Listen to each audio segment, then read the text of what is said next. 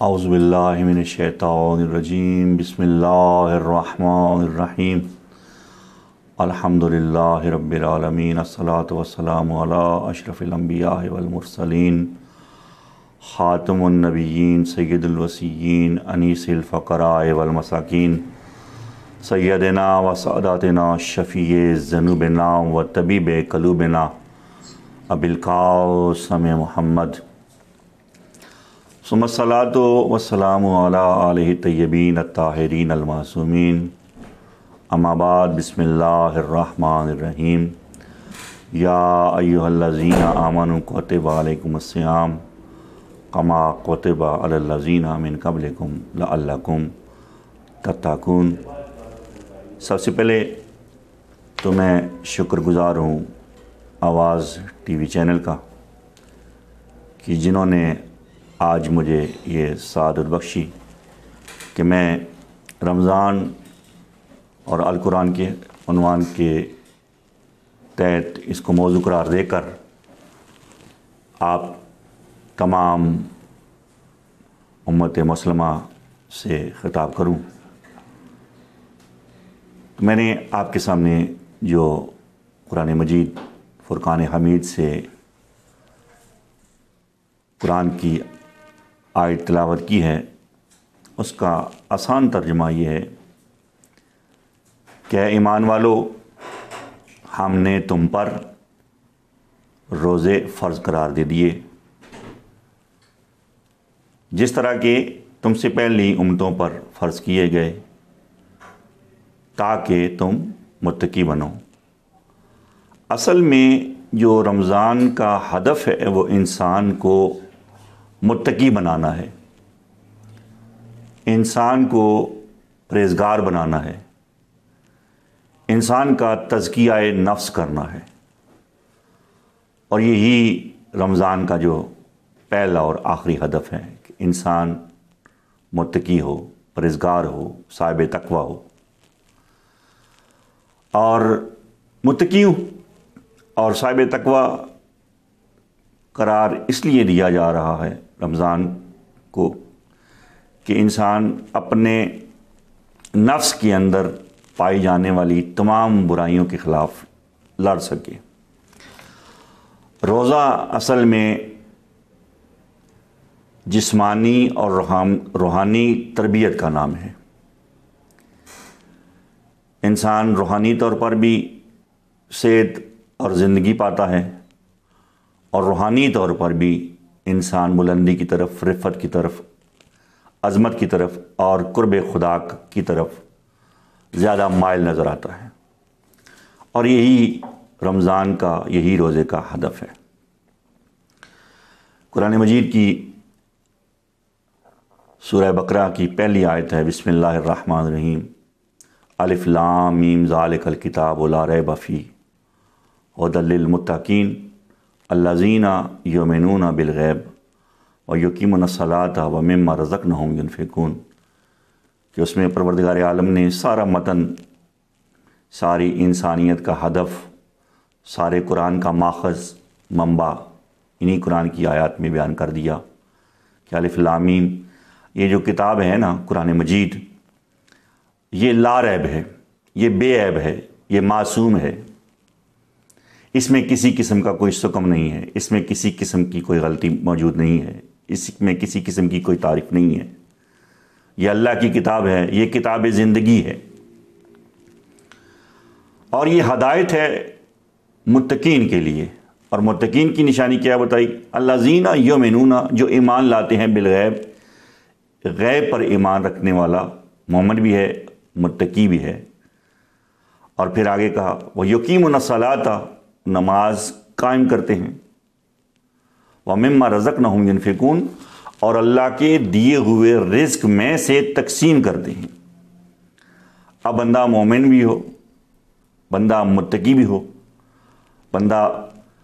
نماز پنجگانہ بھی ادا کرتا ہو، اور اس کے بعد اللہ کے دیے ہوئے مال میں سے خرچ بھی کرتا ہو، تو وہ قرآن اسی ہی کو مومن بھی مان رہا ہے، اسی کو بھی متقی قرار دے رہا ہے۔ یہ ایمان بالغیب کیا ہے؟ اگر آپ ان لفظوں پر غور کریں تو ایمان بالغیب سے مراد یہ ہے کہ ساری کی ساری ہمارے دین اسلام کی اساس بنیاد ہے ہی عقیدہ غیبت پر ہے، کیونکہ مخبر صادق رسول خدا صلی اللہ علیہ وآلہ وسلم نے جو ہمیں دین دیا ہے وہ سارے کا سارا دین غیب ہے۔ اور اس کی میں نے دعویٰ کیا، اور اس کی دلیل یہ ہے کہ دیکھیں توحید غیب ہے، آخرت غیب ہے، قبر، حشر، صراط، میزان، یہ ساری منزلیں غیب ہیں، جنت غیب ہے، جہنم غیب ہے، ملائکہ غیب ہیں، حور و غلمان غیب ہیں، اور ہم سب کو تسلیم کرتے ہیں اس صادق الوعد کے صدیق نمائندہ محمد مصطفیٰ احمد مجتبیٰ ختم رسل دانۂ سبل مولا کل نور اول عشق اول جود اول کرم اول برم اول وہ بشیر و نذیر و سراج منیر کے کہنے پر کہ انہوں نے بتایا کہ اللہ وحدہ لا شریک ہے، اس کا کوئی شریک نہیں ہے، وہ معبود حقیقی ہے، وہ مسجود حقیقی ہے، انہی کے کہنے پر سارے کا سارا اسلام۔ تو پتہ چلا کہ اساس جو ہے وہ غیبت پر ہے، ایمان جو ہے وہ غیبت پر ہے۔ اسی حوالے کے ساتھ کہ سرکار رسول خدا صلی اللہ علیہ وآلہ وسلم نے ہمیں دین دیا، اسی قرآن نے ہمیں رمضان کی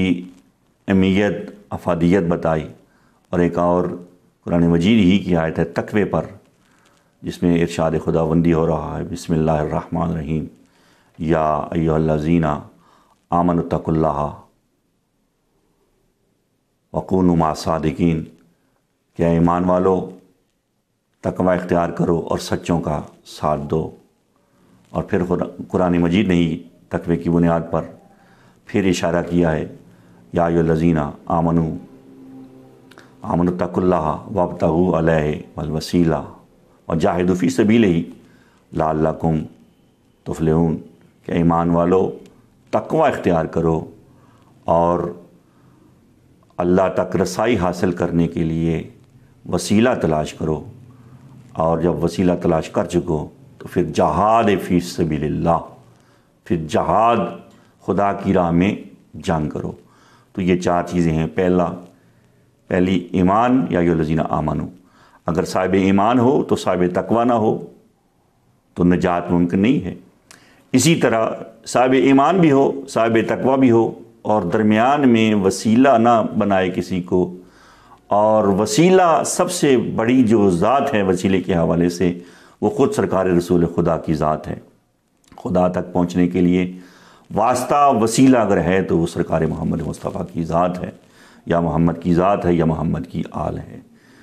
تو یہی، اور پھر کہا کہ جب وسیلہ بھی تلاش کر چکو، وسیلہ بھی بنا لو، تو پھر جاہد فی سبیلہ، پھر اللہ کی راہ میں جہاد کرو۔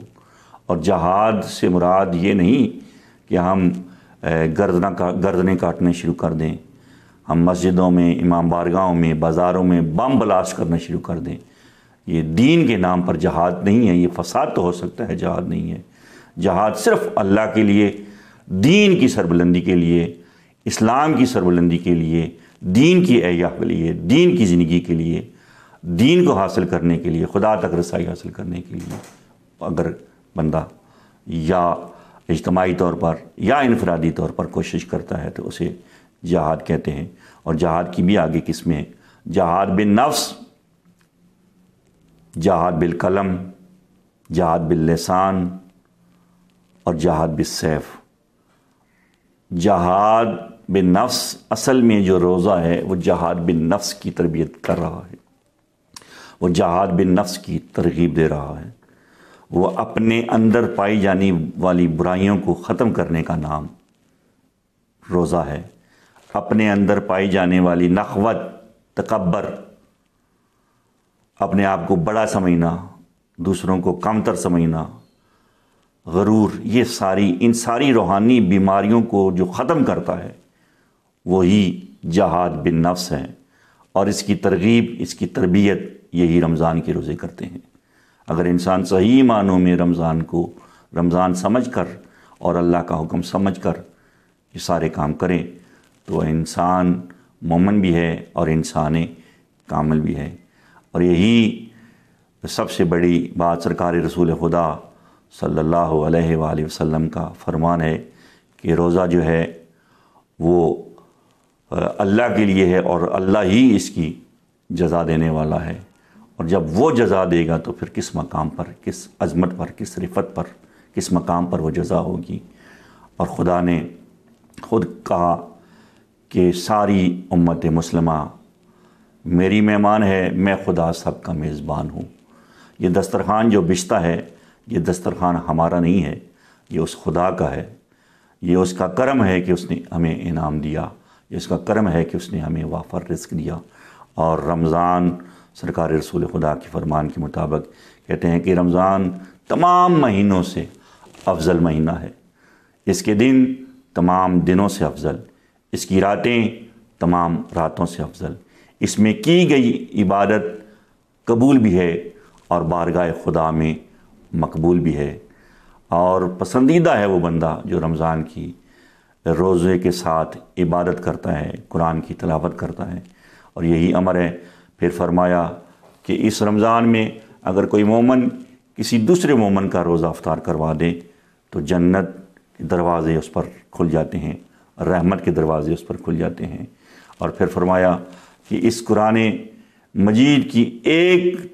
آیت کو اگر انسان تلاوت کرے رمضان کے مہینے میں روزے کی صورت میں تو ایک قرآن کا ثواب ایک آیت کے بدلے میں اس کے نامہ اعمال میں درج کیا جا سکتا ہے۔ تو میں اگر اس کو کیلکولیٹ کروں اس حوالے کے ساتھ تو ایک قرآن اگر رمضان میں آپ ختم کرتے ہیں تو آپ نے ایک قرآن نہیں 6666 مرتبہ قرآن کی تلاوت کی، اور اتنی مرتبہ اگر قرآن کی تلاوت کر لی جائے تو یقیناً انسان جنت میں اعلیٰ مقام حاصل کر سکتا ہے۔ یہ رمضان کا مہینہ ہمارے لیے گفٹ ہے خدا کی طرف سے، اپنے گناہوں سے توبہ کرنے کا، مغفرت مانگنے کا۔ فرماتے ہیں کہ رمضان رحمت کا مہینہ بھی ہے، رمضان برکت کا مہینہ بھی ہے، رمضان مغفرت کا مہینہ بھی ہے، اور اس رمضان میں کی گئی عبادت، مانگی گئی دعا پروردگار عالم کی بارگاہ میں قبول کی جاتی ہیں۔ اور اسی رمضان میں ایک رات ہے جسے 1000 مہینوں سے افضل قرار دیا گیا ہے۔ انا انزلناہ فی لیلۃ القدر وما ادراک ما لیلۃ القدر، کہ تم کیا جانو وہ کیسی رات ہے، وہ کیسی قدر والی رات ہے، وہ کیسی عظمت والی رات ہے، وہ کیسی بلندی والی رات ہے، وہ کیسی رفت والی رات ہے۔ اور اس رات میں اگر جا کر عبادت کی جائے اور دعاؤں کے ساتھ، قرآن کی تلاوت کے ساتھ، قیام و قعود کے ساتھ، سجدوں کے ساتھ اگر خدا کی بارگاہ میں حاضر ہوا جائے تو خدا ہمارے تمام پچھلے گناہ معاف کر دے گا اور ہمیں جنت میں اعلیٰ مقام عطا کرے گا۔ اور یہی ساری انسانیت کا ہدف ہے، یہی ساری انسانیت کا مقصد ہے، اور اصل میں سارے مسلمانوں کا یہ ہدف بھی ہے، مقصد بھی ہے کہ ہمیں خدا کا قرب حاصل ہو، ہماری قبر بھی روشن ہو، ہماری حشر بھی، صراط بھی، میزان بھی۔ اور یہ ہمارے پاس ایک بہت بڑا سنہری موقع ہے کہ ہم رمضان کی افادیت کو سمجھتے ہوئے اس کے فیوز و برکات کو حاصل کریں، اور یہ فیوز و برکات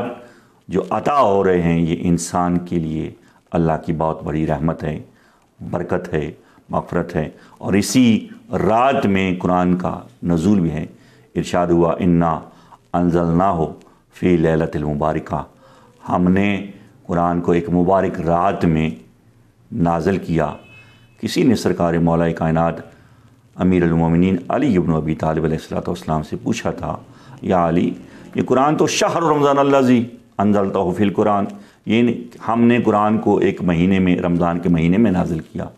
پھر اللہ کہہ رہا ہے کہ وہ ایک مبارک رات میں، رمضان کی رات میں نازل ہوا، جبکہ مشاہدے میں یہ ہے کہ 23 سال تک مسلسل سرکار رسول خدا کی قلب پر وحی کی صورت نازل ہوتا رہا۔ اس میں حقیقت کیا ہے؟ تو سرکار علی علیہ السلام نے کہا کہ حقیقت یہ ہے کہ یہ رمضان کی رات، وہ مبارک رات جسے آپ قدر کی رات کہتے ہیں، اس قدر کی رات میں ہی قرآن نازل ہوا ہے۔ اور ایک ہی رات میں نازل ہوا ہے، مگر یہ نازل ہوا ہے لوح محفوظ پر۔ وہاں سے جس طرح ضروریت پیش آئی، یا یوں کیوں نہ کہہ دوں کہ نظریہ ضرورت کے تحت پھر قرآن لوح محفوظ سے قلب محمد پر وحی کی صورت آتا رہا 23 سال تک مکمل مسلسل۔ تو پوچھا کہ یہ لوح محفوظ کیا ہے؟ مولا فرماتے ہیں لوح محفوظ سے مراد نورانی نقطوں کی ایک تختی ہے جو شرق اور غرب میں پھیلی ہوئی ہے، وہاں سے پھر قرآن قلب محمد پر، اور قلب محمد سے پھر عوام الناس تک رسائی حاصل کرتا چلا گیا۔ قرآن ہدایت کی کتاب ہے، قرآن زندگی کی کتاب ہے، قرآن حق اور باطل کو سمجھنے والی کتاب ہے، قرآن عمل کرنے کی کتاب ہے، اور قرآن شفا بھی ہے، قرآن رحمت بھی ہے، قرآن برکت بھی ہے۔ اگر انسان اپنے گھر میں روزانہ کی بنیاد پر قرآن کی تلاوت کرے تو ہر طرح کی مصیبتیں، ہر طرح کی پریشانیاں، ہر طرح کے مصائب سے بچا جا سکتا ہے۔ قرآن سے بڑا حکیم کوئی نہیں، قرآن سے بڑا ہادی کوئی نہیں، قرآن سے بڑا راہبر کوئی نہیں، قرآن سے بڑا رہنما کوئی نہیں، اور قرآن اللہ کی کتاب ہے، اور اللہ کی کتاب سمجھ کر اس پر عمل کرنا، اس کے مطابق اپنے آپ کو ڈھالنا، یہی ایک مسلمان کا، یہی ایک مومن کا شیوا ہونا چاہیے۔ اور سرکار مولا کائنات علیہ الصلوۃ والسلام جب اپنی مسند پر بیٹھے، کوفہ کا منبر ہے، تو آپ نے سب سے پہلے اسی قرآن کی حقانیت کو بیان کرتے ہوئے یہ کہا تھا کہ اے لوگو، قرآن اللہ کی کتاب ہے، قرآن کتاب زندگی ہے، قرآن تمہارا راہبر ہے، قرآن تمہارا رہنما ہے، قرآن تمہارے لیے راہیں متعین کرنے والا ہے، قرآن صراط مستقیم ہے۔ اور یہ قرآن ایک سمندر ہے، اور اتنا گہرا کہ آپ اس گہرائی کو نہیں پا سکتے۔ قرآن ایک باغ ہے، اور اس باغ میں ہر طرح کے پھول ہیں، ہر طرح کے شجر ہیں۔ اور پھر فرمایا قرآن ایک قلعہ ہے، جو اس قلعے کے اندر آ جائے وہ محفوظ ہے، وہ مامون ہے۔ اور پھر فرمایا کہ قرآن کتاب ہدایت ہے، اور پھر فرمایا کہ دیکھو ساری دنیا تمہارا ساتھ چھوڑ جائے مگر قرآن وہ کتاب ہے جو تمہارا ساتھ نہیں چھوڑے گی، یہ روشنی کرے گی تمہاری قبر میں بھی، تمہاری قبر کو کشادہ کرے گی، تمہاری قبر کی منزلوں کو آسان کرے گی۔ یہ وہ کتاب ہے جو کبھی بھی ساتھ نہیں چھوڑے گی، تمہاری بہترین رفیق کتاب خدا ہے، تمہارا بہترین شفیق کتاب خدا ہے، تمہارا بہترین ہمدم کتاب خدا ہے، تمہارا بہترین ساتھی کتاب خدا ہے۔ اور اس کتاب کی برکت کو، رحمت کو، مغفرت کو، دعا کو، شفا کو سمیٹ لینے والے بہترین ایام یہی ایام رمضان ہیں۔ اس موضوع کو مزید آگے اگر بڑھایا جائے تو تقوی الہی اصل میں جو ہدف ہے نا وہ رمضان کا، وہ یہی ہے کہ انسان متقی بنے، پرہیزگار بنے۔ اور جب انسان متقی ہوتا ہے، پرہیزگار ہوتا ہے، اور قرآن کی تلاوت کو اپنا مشن بناتا ہے، مقصد بناتا ہے، جس طرح کہ سورہ بقرہ کی پہلی آیت کا میں نے حوالہ دیا کہ وہ اگر وہی دیباچہ ہے، یہ سارے کے سارے قرآن کا جو دیباچہ ہے وہ سورہ بقرہ کی پہلی آیات ہیں، اگر انہیں فالو کیا جائے، انہیں کے مطابق اپنی زندگی کو ڈھالا جائے تو انسان بہت جلد اپنے ہدف، اصل میں ہدف جو انسان کا ہے، کیونکہ کوئی بھی دنیا کا انسان ایسا نہیں ہے جو بلندی کی طرف نہ جانا چاہتا ہو، جو رفعت نہ چاہتا ہو، جو عظمت نہ چاہتا ہو، جو قرب خدا نہ چاہتا ہو، جو خدا کے قریب نہ ہونا چاہتا ہو۔ ہر انسان، خصوصاً ہر مسلمان کی کوشش ہے کہ میں خدا کے قریب اور رسول اللہ کے قریب تر ہو جاؤں۔ اور یہ سرکار رسول خدا کی حدیث مبارکہ بھی ہے کہ تم دنیا میں رہ کر خدا کے لیے کام کرو، خدا پر واجب ہے کہ وہ تمہاری دنیا کے کام سنوار دے گا۔ اب ہمیں دنیا میں رہ کر کیا کرنا ہے؟ کیونکہ یہ اگر قرآن کی روح سے، حدیث کی روح سے بھی دیکھا جائے تو امر بالمعروف کرنا بھی واجب عمل ہے، اور نہی عن المنکر کرنا بھی واجب عمل ہے۔ اور یہی واجبات جو ہیں یہ ہمیں، جو انسان امر بالمعروف کر رہا ہے یا جو نہی عن المنکر کر رہا ہے، وہ یقیناً وہی کر رہا ہے جو اس پر خود عمل ہے، جو اس پر خود عمل کرتا ہوا نظر آتا ہے۔ تو میں اس چھوٹے سے پیغام کے ساتھ، اس عام ترین موضوع کے ساتھ جو آپ سے گفتگو کر رہا ہوں، وہ عنوان، یہ میرا ہدف یا میرا مقصد یہی ہے کہ ہم نے اس رمضان میں قرآن سے بھی استفادہ حاصل کرنا ہے، رمضان کے روزوں سے بھی استفادہ حاصل کرنا ہے، اور اسی رمضان کی 15 تاریخ جو ہے وہ سرکار امام حسن علیہ السلام کی آمد بھی ہے، اور جو گزشتہ دن گزر گئے ان دنوں میں سرکار جناب خدیجۃ الکبریٰ جو زوجہ محترمہ ہیں جناب رسول خدا، جو مادر گرامی ہیں جناب فاطمہ زہرا، جو نانی حضور ہیں جناب حسنین، ان کی وصال تھا، ان کی شہادت کے دن تھے، اور تمام مسلمانوں نے یقیناً یہ دن عبادت سمجھ کر ان دنوں کو اپنایا ہے اور ان میں عمل کیا ہے۔ تو میں اسی چھوٹے سے پیغام کے بعد اسی مقصد کو نظر میں رکھ کر آخر میں یہی کہوں گا کہ پروردگار عالم ہم سب کی توفیقات خیر میں اضافہ فرمائے، ہم سب کی پریشانیاں دور فرمائے، ہم سب کو امت محمد میں زندہ رہنے کی اور امت محمد پر رہ کر مر جانے کی توفیق عطا فرمائے۔ میں دعا کرتا ہوں کہ پروردگار عالم ہم سب کو رمضان کی فیوز و برکات حاصل کرنے کی توفیق عطا فرمائے، اور کریم اللہ اپنے حبیب کے صدقے میں ان چینل والوں کو، آواز چینل والوں کو صحت اور زندگی عطا فرمائے، اور یہ چینل اسی طرح کے پروگرام مرتب کرتا رہے تاکہ امت مسلمہ کے اندر پائی جانے والی بے چینی، اس طرح بھی کیفیات، دکھ، تکالیف، مصائب، سب اسی رمضان میں، اور بالخصوص آج کے اس دور میں جب پوری دنیا پریشان ہے اس موذی مرض کے حوالے سے، دعا کرتا ہوں کہ کریم اللہ اسی قرآن اور اسی رمضان کی برکت کے تحت یہ ساری بیماریاں دور کریں، ہم سب کی پریشانیاں زائل کریں۔ وما علینا الا البلاغ المبین۔